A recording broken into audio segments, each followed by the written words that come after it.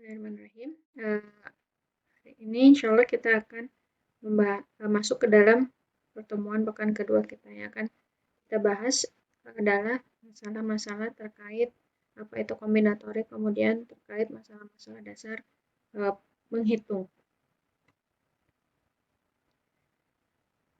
Apa sih kombinatorik? Ada yang mengatakan bahwa kombinatorik akarnya itu ada pada permainan atau games, karena awal mula dari kombinatorik atau permasalahan-permasalahan kombinatorik itu muncul dari teori-teori permainan. Pertama, ada permasalahan sebagai berikut. Berapa banyak cara menyusun huruf dalam kata kombinatorik? Ini ada huruf C, huruf O, huruf M, B, I, N, A, T, O, R, I, C. Berapa cara kita dapat menyusun huruf dalam kombinatorik? Terlepas apakah itu menjadi suatu kata yang memiliki makna atau tidak. Ya. Kemudian permasalahan lain adalah dalam sebuah grup yang berisi 23 orang, kira-kira berapakah peluangnya mereka memiliki ulang tahun yang sama? Nah, kedua permasalahan tersebut itu terkait dengan perhitungan, kemudian terkait dengan urutan. Masalah tersebut juga merupakan masalah-masalah yang mudah difahami, artinya bukan merupakan masalah yang memerlukan pemikiran atau analisis yang cukup tinggi. Nah, dari situ awalnya kombinatorik ada. Jadi kita memiliki masalah-masalah yang terkait dengan menghitung, kemudian yang ada kaitannya dengan urutan pola-pola menjadi satu urutan tertentu, gitu ya. Dan biasanya selalu berkaitan dengan hal-hal masalah diskrit atau struktur diskrit. Ya, mungkin kalian juga sudah pernah memperoleh atau mempelajari matematika diskrit dan juga mungkin pernah disinggung sedikit tentang kombinatorik. Jadi kombinatorik itu memang terkait dengan masalah-masalah atau pemecahan masalah yang strukturnya diskrit, kemudian biasanya himpunannya itu hingga, ya. Jadi kombinatorik juga berkaitan dengan eksistensi atau ada atau tidak, ada solusinya atau tidak. Kita punya permasalahan, kira-kira kita ingin mengetahui solusi dari permasalahan tersebut, apakah solusi tersebut ada atau tidak. Kemudian apabila ada, bagaimana cara menghitungnya. Kemudian terkait juga dengan optimisasi dari suatu struktur yang diskrit. Selanjutnya, kombinatorik juga berkaitan dengan interkoneksi atau hubungan secara umum dari beberapa struktur diskrit. Nanti lebih jelasnya akan saya jelaskan di belakang. Nah, jadi sebenarnya awalnya kombinatorik itu merupakan bagian dari ilmu matematika, karena berkembangnya sangat pesat, kemudian banyak permasalahan-permasalahan yang memerlukan penyelesaian khususnya dengan kombinatorik. Akhirnya kombinatorik berkembang sampai saat ini menjadi salah satu cabang ilmu matematika yang sangat besar, gitu ya.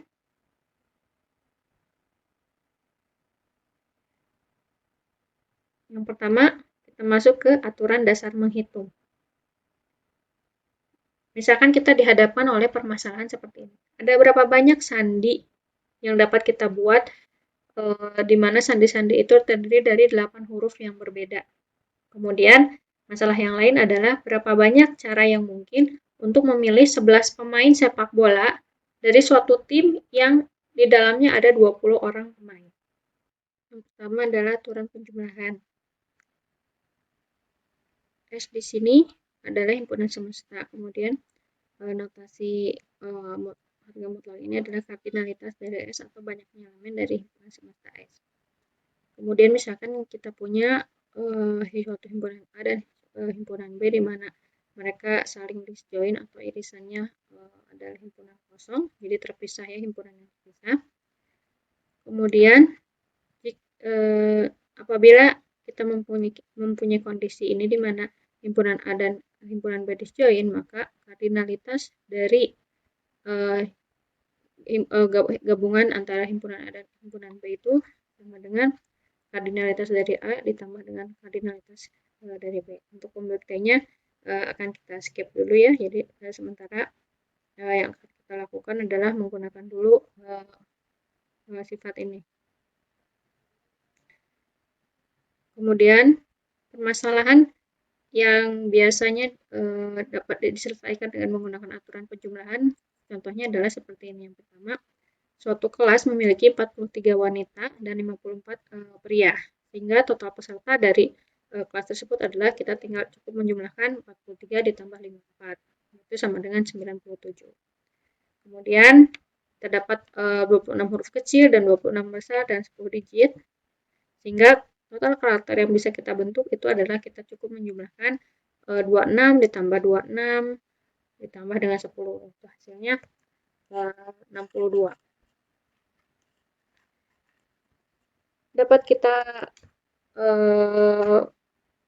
buat suatu rumusan bahwa apabila suatu tugas dapat diselesaikan dengan N1 cara dan tugas kedua dengan N2 cara, dan apabila kedua tugas tersebut tidak dapat dilakukan pada saat yang bersamaan, artinya dalam hal ini kalau kaitannya dengan himpunan tadi, irisannya itu kosong atau mereka saling disjoin, maka akan ada N1 ditambah N2 cara untuk melakukan kedua tugas tersebut. Ya.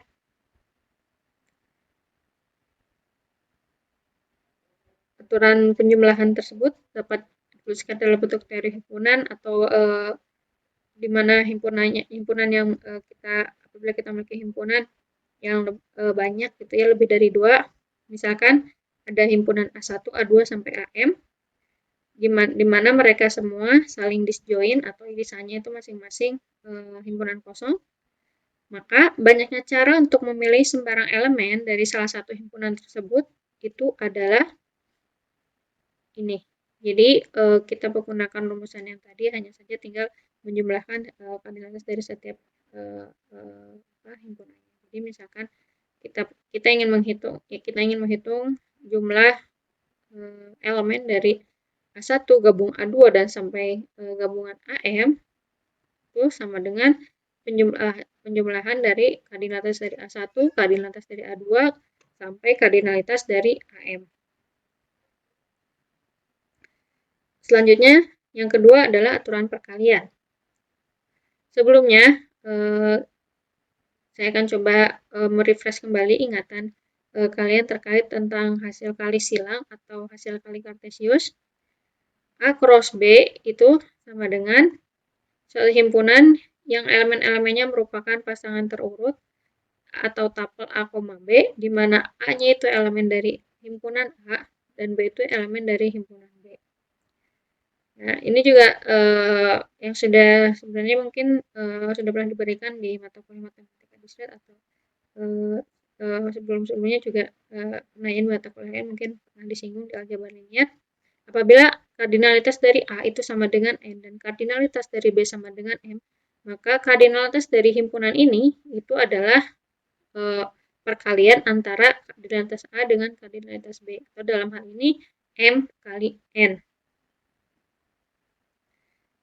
Contoh sederhana, misalkan saya punya A itu himpunannya isinya ABCD, B itu 1, 2, 3.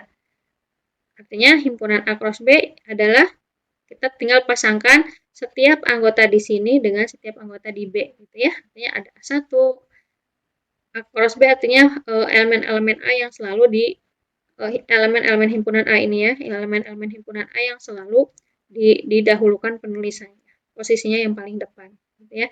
Artinya A dengan 1, A dengan 2, dan seterusnya, B dengan 1, dan seterusnya, sampai D dengan 3. Ini adalah elemen-elemen dari A cross B. Contoh permasalahannya adalah misalkan ada 4 pria dan 3 wanita. Artinya akan ada 4 kali 3 kemungkinan pasangan tersebut menikah ya dari 4 pria dan 3 wanita ini. Selanjutnya, apabila yang kita punya adalah di mana himpunan A dan himpunan B itu elemennya tidak hanya 4 atau 5 gitu ya. Artinya kita punya banyak tetapi dia hingga ya, dalam hal ini hingga. A1 sampai AM, B1 sampai BN gitu. Kita dapat menyusun elemen-elemen tersebut seperti ini ya tadi. Jadi setiap elemen di sini dipasangkan dengan ya elemen di B dan seterusnya sampai AM, BN. Sehingga apabila kita mempunyai suatu prosedur yang terdiri dari tugas-tugas yang berurutan, atau urutannya T1, T2 sampai Tm yang masing-masing diselesaikan dalam N1, N2, Nm cara, maka akan ada N1 kali N2 kali Nm cara untuk melaksanakan prosedur tersebut.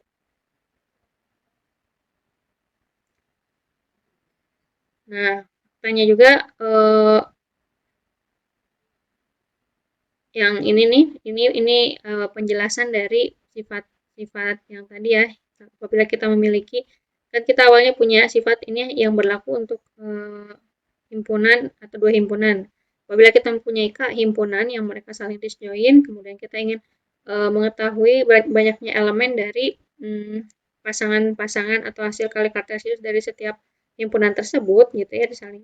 Maka itu cukup kita mengalihkan kardinalitas dari masing-masing himpunan tersebut.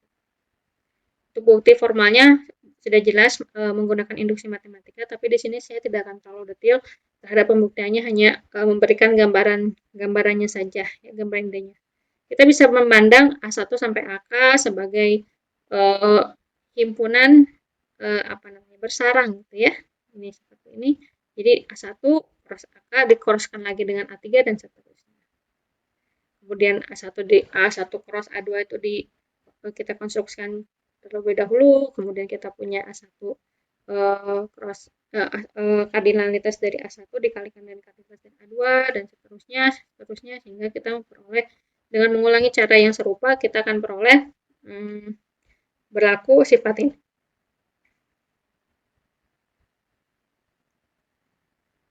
Nah, kita sekarang masuk ke contoh ya untuk dua tersebut. Apabila kita ingin membentuk suatu alamat IP yang berbentuk 19, ya ini contoh saja ya, bentuknya seperti ini nih. Ya. Ada berapa banyak alamat IP yang dapat dibentuk sebagai batasan. Saya tidak akan memberikan informasi terlalu jauh, maksudnya tidak akan terlalu mendalam terkait IP apa syarat-syarat yang diperlukan untuk membuat suatu alamat IP. Namun di sini saya memberikan batasan bahwa setiap tempat saya tulis kembali, ini adalah alamat IP yang mau kita bentuk ya, bentuk alamat IP-nya contohnya seperti ini. Kita ingin membentuk alamat IP seperti ini. Batasannya itu adalah setiap masing-masing tempat ini segini ya, satu di sini saya buat partisi ini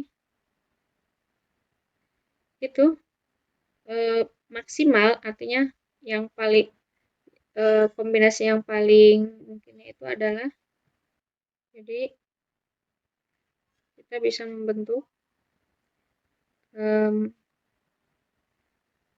masing-masing tempat ini kemungkinan terisinya itu antara 0, bisa 1 juga, kemudian sampai 255. Artinya kemungkinan di sini batasannya adalah kemungkinan masing-masing tempatnya diisi adalah oleh angka 255, 255, 255, 255. Seperti itu ya. Nah, pertanyaan yang tadi apa ya? Ada yang ditanyakan ada berapa banyak alamat IP yang dibentuk dari data ini gitu. Kira-kira yang kita gunakan adalah aturan yang mana? Kita bisa lihat ini sebagai satu himpunan B1 misalkan ya. B2, ini B3, B4. Jadi kita melihat ini adalah sebagai suatu himpunan-himpunan yang terpisah atau disjoin. Nah, artinya B1 ini kemungkinan pengisiannya itu ada berapa kemungkinan dari 0 sampai 255, artinya di sini yang mungkin di sini saya isi adalah ada 256 cara atau kemungkinan. Ya. Kemudian begitu pula dengan B2. Karena yang di sini yang bisa saya isi adalah 0, 1 sampai 255, gitu ya. Kemudian yang ini juga sama. Ini juga 0 sampai 255, ini juga 0 sampai 255. Artinya yang akan kita gunakan adalah aturan apa? Karena ini merupakan kita ingin mencari kemungkinan penyusunan dari IP gitu ya. Jadi artinya penempatannya itu secara bersamaan. Yang akan kita gunakan itu adalah aturan perkalian. Gitu. Nah, ini di 256. Di sini juga 256. Seperti itu. Nah, artinya banyaknya cara yang dapat banyak cara dalam membentuk alamat IP itu ada sebanyak 256 pangkat 4. Gitu ya. Nah, seperti itu. Selanjutnya, sini apabila ada yang ingin kalian tanyakan akan dijawab pada sesi ketiga ya, sesi Zoom. Nah, selanjutnya, berapa banyak plat nomor yang berbeda yang mengandung tepat 3 huruf alfabet? Nah, artinya di sini saya coba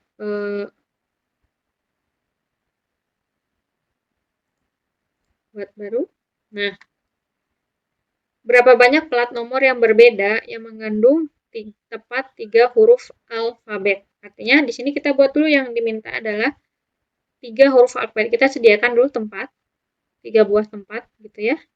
Ini atau kalian boleh ilustrasikan sebagai suatu himpunan dengan menggunakan lingkaran-lingkaran gitu ya. Tapi kalau saya lebih menyukai bentuk seperti ini. Ada 3 buah tempat. Yang diinginkan adalah plat nomor yang berbeda yang mengandung tepat 3 huruf alfabet. Artinya di sini yang kita perlukan adalah jadi di sini karena huruf alfabet itu ada berapa buah? Ada 26 buah kan ya? Nah, artinya untuk tempat yang pertama, jadi kita tidak yang kita fokuskan hanya plat nomornya isinya 3 ini aja ya, 3 tempat yang isinya yang inginnya diisi dengan huruf-huruf alfabet yang huruf-huruf alfabet. Tapi di sana tidak meminta apakah harus berbeda atau sama gitu huruf alfabetnya. Artinya maksudnya di sini misalkan huruf A, di sini huruf A, di sini juga huruf A itu boleh gitu ya.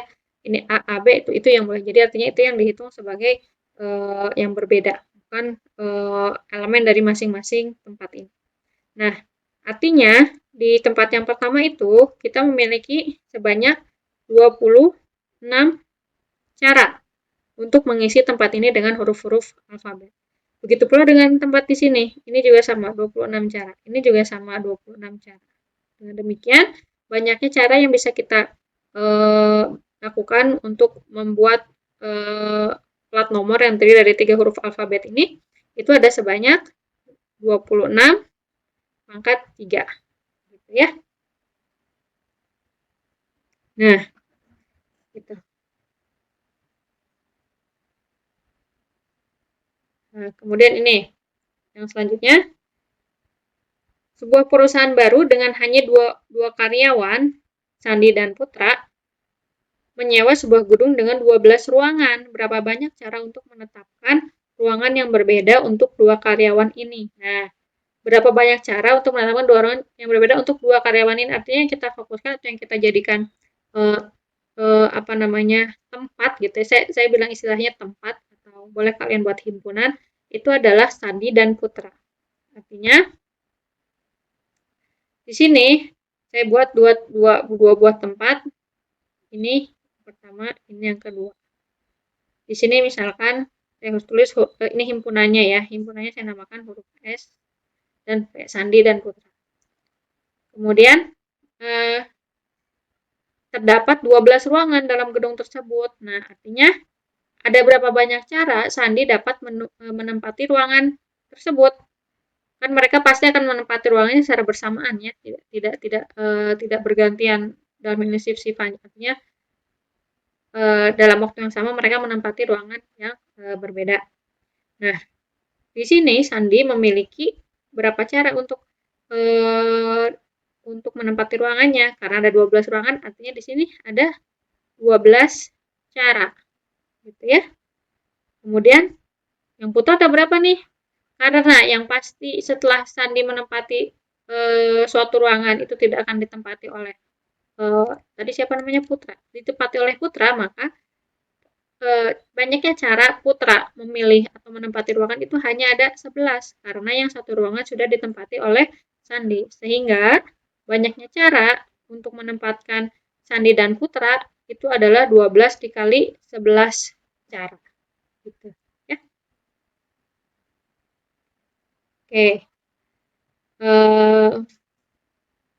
Ini ada beberapa, ini tidak akan saya terlalu detail, ini masih miripnya. Jadi kursi auditorium harus diberi label dengan huruf besar, alfabet diikuti dengan bilangan bulan positif yang tidak lebih dari 100. Berapa jumlah kursi terbesar yang dapat diberi label?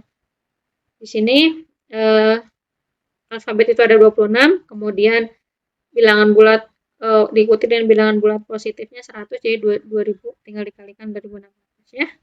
Kemudian ada 32 komputer di pusat data di cloud. Masing-masing komputer memiliki 24 port. Berapa banyak port komputer yang berbeda yang ada di pusat data? Tinggal dikalikan.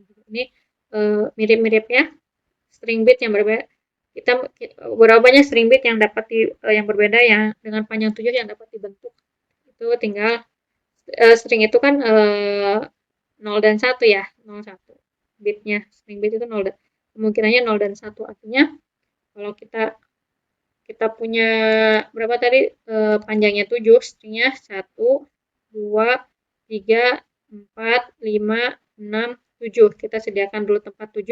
Kemudian masing-masing tempat ini kan pasti cuma kemungkinannya isinya 0 dan 1 saja ya. Artinya cuma ada 2 angka yang mungkin diisi di sini. Ini juga sama 2. Ini juga sama 2.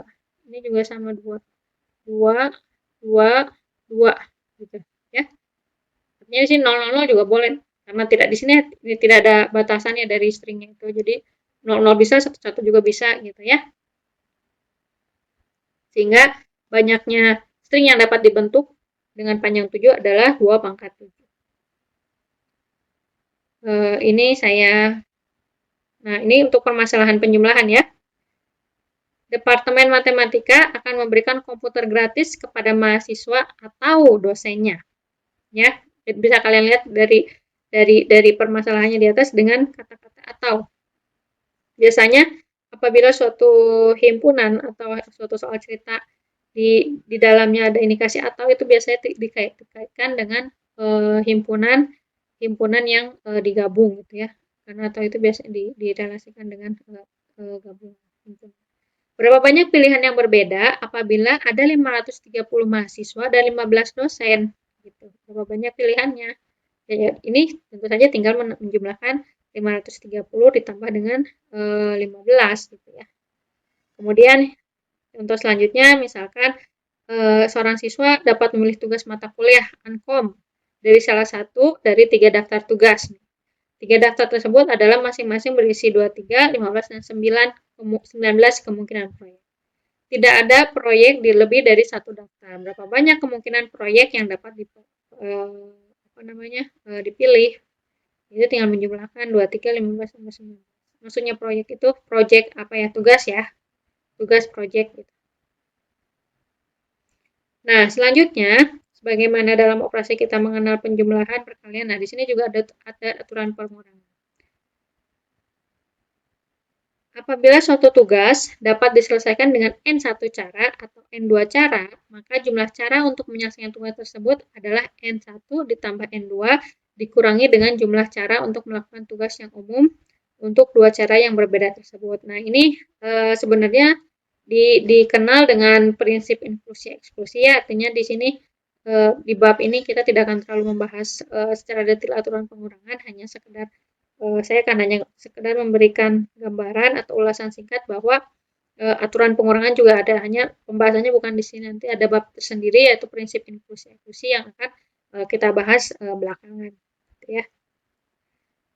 Nah, begitu juga dengan aturan pembagian juga ada, ini juga tidak akan terlalu bahas secara detail, hanya memberikan gambaran saja bahwa di sini juga ada aturan pembagian.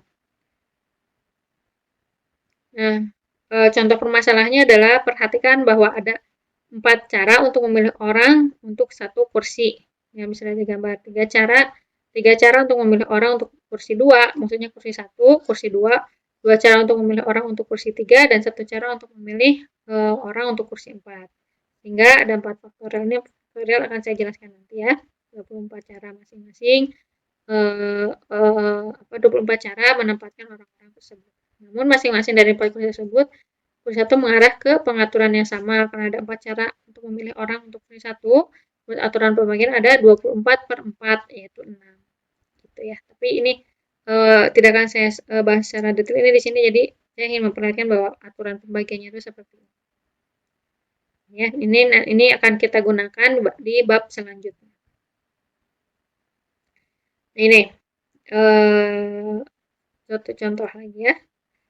Untuk membuat suatu yogurt shake, Anda bisa memilih salah satu dari beberapa rasa yogurt berikut. Jadi kita dihadapkan dengan pilihan satu buah topping rasa, satu topping ada rasa, kemudian kita bisa milih toppingnya, topping buah dan topping kacang. Kira-kira ada berapa pilihan rasa yogurt shake yang bisa kita buat, gitu ya.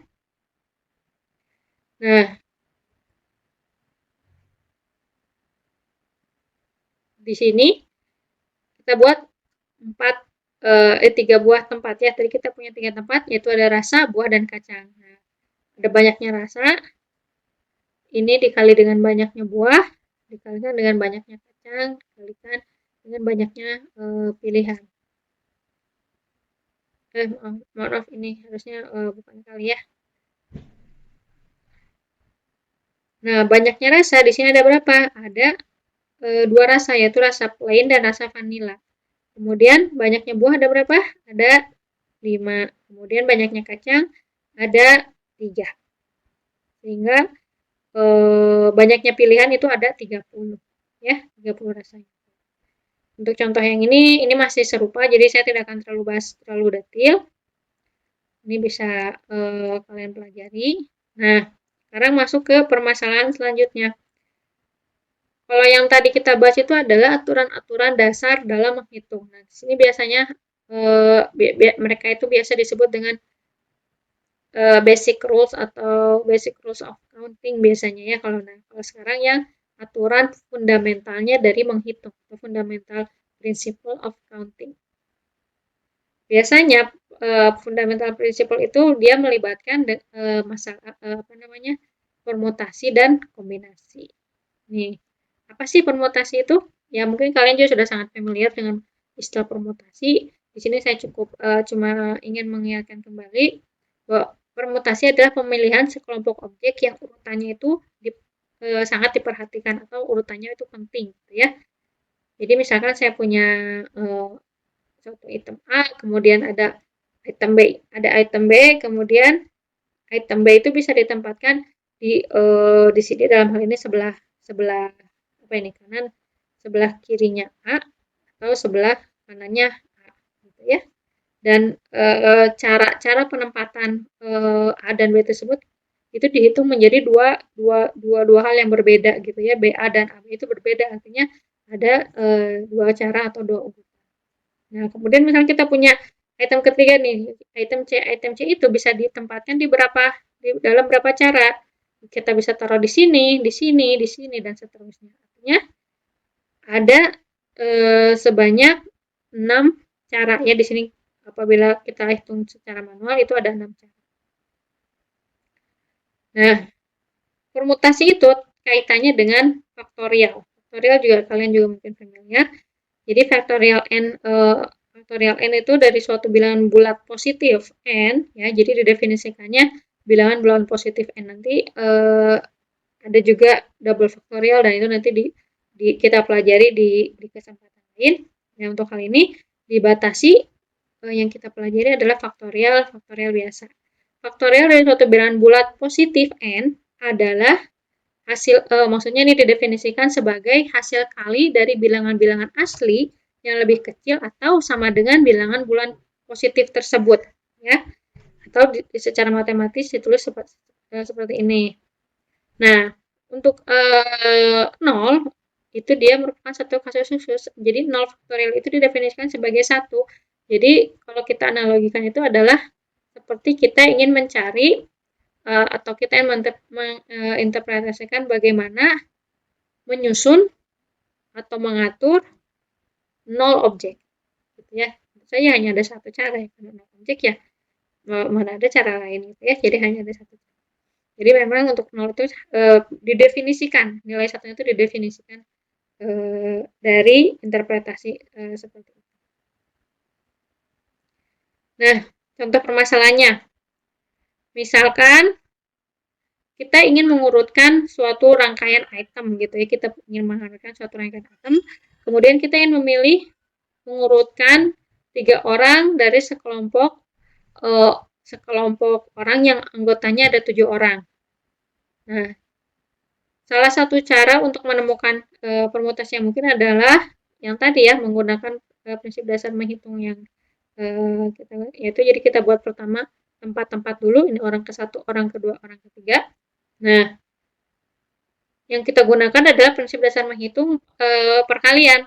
Artinya kemungkinan untuk mengisi tempat di sini untuk orang pertama itu adalah 7 orang. Kan ada 7 orang, dia mungkin ditempatkan sebagai di sini. Artinya kalau orang pertama itu sudah ada di sini, artinya untuk orang yang kedua dia tidak mungkin mengambil dari posisi di sini. Artinya kemungkinan orang kedua itu ada 6 pilihan, begitu juga orang ketiga. Sehingga banyaknya cara kita menyusun atau mengurutkan orang-orang dari kelompok tersebut itu adalah ada 7 kali 6 kali 5 pilihan. Gitu. Ya.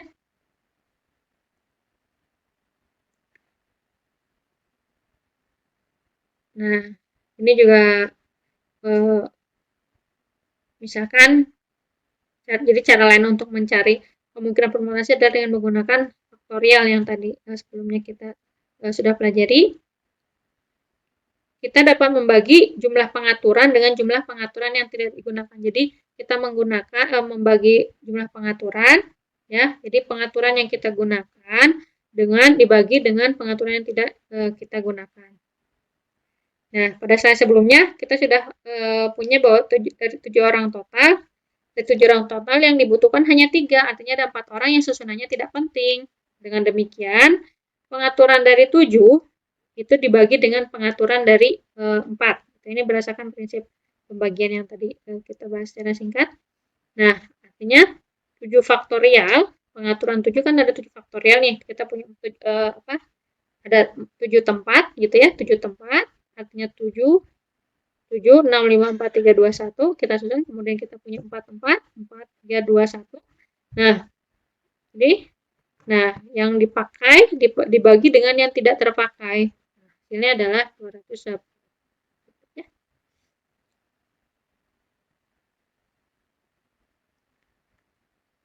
Nah, rumus dari permutasi ini juga mungkin kalian sudah sangat familiar ya. Jadi banyaknya cara untuk memperoleh suatu subset dari n elemen dari suatu himpunan dengan n elemen itu adalah ini. Jadi n permutasi r, atau kadang-kadang ada yang menuliskannya dengan cara yang lain ya. Kita tetapkan saja untuk dalam hal ini kita menuliskan notasi permutasinya adalah seperti ini. Apabila kalian menggunakan notasi yang lain yang sudah biasa kalian pakai itu juga tidak apa-apa, asalkan kalian konsisten menggunakan notasi tersebut sebagai notasi permutasi. Ya, jadi ini rumusnya. Permasalahan permutasi biasanya sangat menonjol dengan urutan. Jadi dalam permasalahannya itu ditonjolkan bahwa urutannya itu harus seperti ini, jadi ditentukan gitu ya. Artinya urutan pertama dan kedua seperti kita memilih posisi pemenang, misalkan kan orang yang menang pertama, orang yang menjadi juara pertama dan juara kedua itu berbeda ya kalau kita tukar orang-orangnya gitu. Itu menjadi dua peristiwa yang berbeda. Nah, contoh berapa banyak cara sebuah pemerintahan mahasiswa, ini maksudnya pemerintahan mahasiswa apa ya?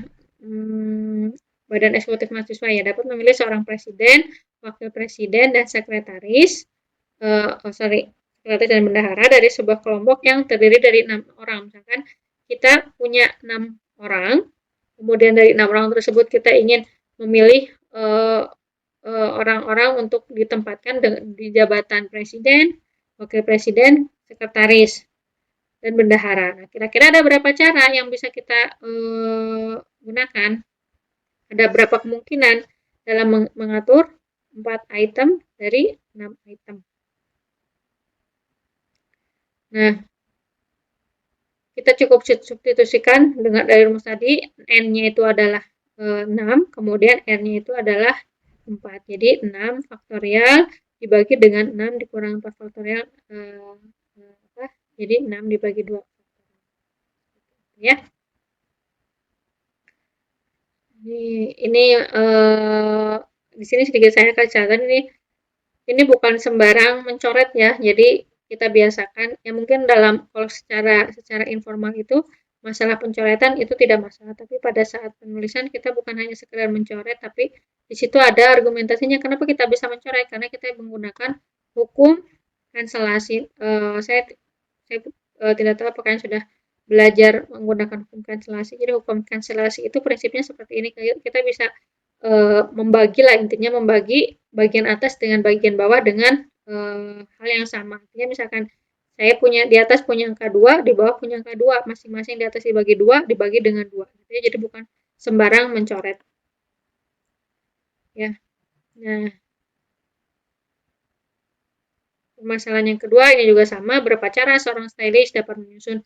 Ini stylist bunga ya, 5 dari 8 vas dari kiri ke kanan dalam sebuah pajangan toko, cukup ganti, n-nya 8, r-nya 5, kita juga oleh hasil. Seperti itu ya. Ini saya tidak akan terlalu detail. Nah, selanjutnya permasalahan kombinasi. Kebalikannya dari yang tadi, di mana urutannya itu sangat diperhatikan, masalah kombinasi itu adalah masalah di mana kita ingin mengelompokkan suatu item yang urutannya tidak penting, gitu ya. Urutannya yang mana dulu itu nggak dilihatnya sama saja. Misalkan kalau dalam permutasi ABC itu beda dengan ACB, BAC, BCA, CAB, dan CBA. Nah, kalau kombinasi ini semua itu dihitungnya sama ya, ABC, ABC juga gitu. Ya. Gitu. Cuma ada satu kalau di permutasi di sini kita punya 6 permutasi ya. Kalau di kombinasi hanya satu karena ABC itu ya sama aja dengan ACB, sama aja dengan sama dengan BCA, sama dengan CAB, dan sama dengan CBA. Nah, untuk mencari awal dari mencari rumus kombinasi itu adalah dengan menggunakan rumus permutasi yang dimodifikasi, yaitu dengan cara banyaknya penyusunan semua item dibagi dengan banyak yang tidak dipilih gitu ya. Nah, karena banyaknya itemnya juga yang tidak dipilihnya karena urutan yang tidak penting, maka banyak juga yang dibagi juga dengan banyak cara menyusun item yang dipilih. Atau jadilah rumus mencari kombinasi dari suatu urutan gitu ya. Ini juga mungkin kalian sudah sangat familiar gitu ya.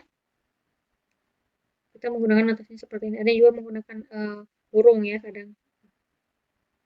Nah, ketika kita ingin memutuskan apakah suatu permasalahan menggunakan pemecahannya menggunakan rumus permutasi atau kombinasi, kita tentukan dulu apakah permasalahan tersebut mementingkan urutan atau tidak ya. Nah, seperti dalam hal ini nih. Di dalam suatu kantong terdapat 12 kubus dengan warna berbeda. Berapa banyak cara Rudi dapat menarik satu set 4 kubus dari tas? Nah, ini kira-kira permasalahannya apa nih? Sebelum kita menggunakan rumus permutasi atau kombinasi, karena kan dari segi yang diketahui kita bisa lihat, mungkin kita bisa saja langsung bisa menebak bahwa N-nya itu ada 12 dan R-nya itu adalah 4. Jadi permasalahan adalah kira-kira ini adalah permasalahan permutasi atau kombinasi gitu ya. Nah, seperti yang tadi saya sebutkan, yang pertama, langkah pertama adalah tentukan dulu ini adalah permasalahan permutasi atau kombinasi. Kita analisis. Di sini urutannya tidak masalah. Ya, jadi dalam sebuah kantong ada 12 kubus.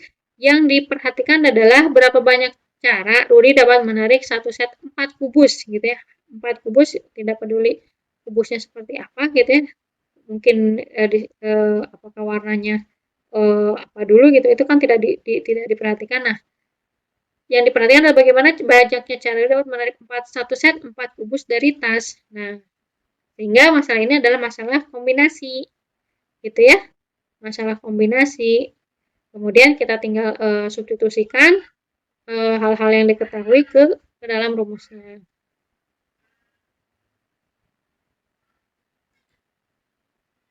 Nah, tinggal substitusi itu ya cukup jelas ya kalau tinggal masukin ke rumus. Jadi mungkin permasalahan yang sebenarnya memerlukan pemikiran yang lebih itu adalah menentukan bagaimana apakah ini permasalahan permutasi atau kombinasi. Karena apabila kita sudah mengetahui permasalahannya itu apa, kita tinggal memiliki 8 perenang, 2 perenang akan dipilih untuk berenang di babak pertama. Berapa banyak cara para perenang dapat dipilih? Nah, di sini kan yang kita di sini sudah jelas bahwa tidak ada urutan yang dipentingkan, artinya kita menggunakan rumus kombinasi untuk menyelesaikan, gitu ya. Juga sama, tinggal substitusikan. Nah, oke, latihannya kalian bisa coba kerjakan ya. Yang ini, di sini sudah saya kasih hasilnya. Nah, coba kalian detailkan. Artinya ini adalah kombinasi, gitu ya. Kemudian sebuah keluarga dengan 3 orang berencana untuk di baris yang sama di bioskop. Berapa banyak cara keluarga tersebut dapat duduk di 3 kursi. Nah, ini kira-kira apa? Karena mementingkan urutan pasti dia memutasi dengan substitusikannya. Karena orang yang orang A, orang B, orang C duduk posisinya di sini dengan posisinya seperti ini itu akan berbeda ya.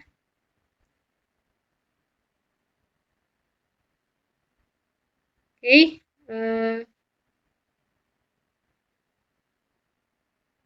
ini adalah contoh-contoh yang bisa kalian ini masih cukup simpel ya, saya rasa. Apabila ada yang ingin kalian tanyakan, kalian bisa tanyakan pada sesi selanjutnya, pada sesi Zoom. Di sini mungkin yang agak sedikit berbeda. Nah, ini nih ya.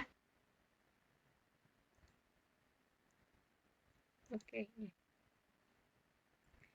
Jadi, kita mempunyai suatu permasalahan dalam sebuah klub, ada 7 wanita dan 5 pria. Suatu panitia yang terdiri dari 3 wanita dan 2 pria akan dipilih. Jadi, kita membentuk suatu panitia yang terdiri dari 3 wanita dan 2 pria. Ada berapa kemungkinan yang berbeda? Nah, di sini ada tanda-tanda kata-kata dan. Nah, tanda dan ini menunjukkan bahwa kita harus menggunakan aturan perkalian bersama dengan aturan kombinasi. Jadi ada 2 permasalahan atau kita lihat dua himpunan gitu ya. Nah, yang kita gunakan di sini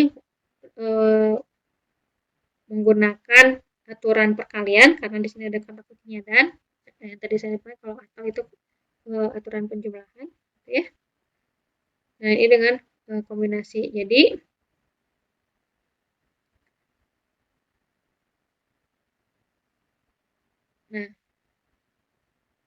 Jadi solusinya adalah kombinasi dari 3 dan 7 dan dikalikan dengan kombinasi 2 dan 5. Hasilnya seperti ini.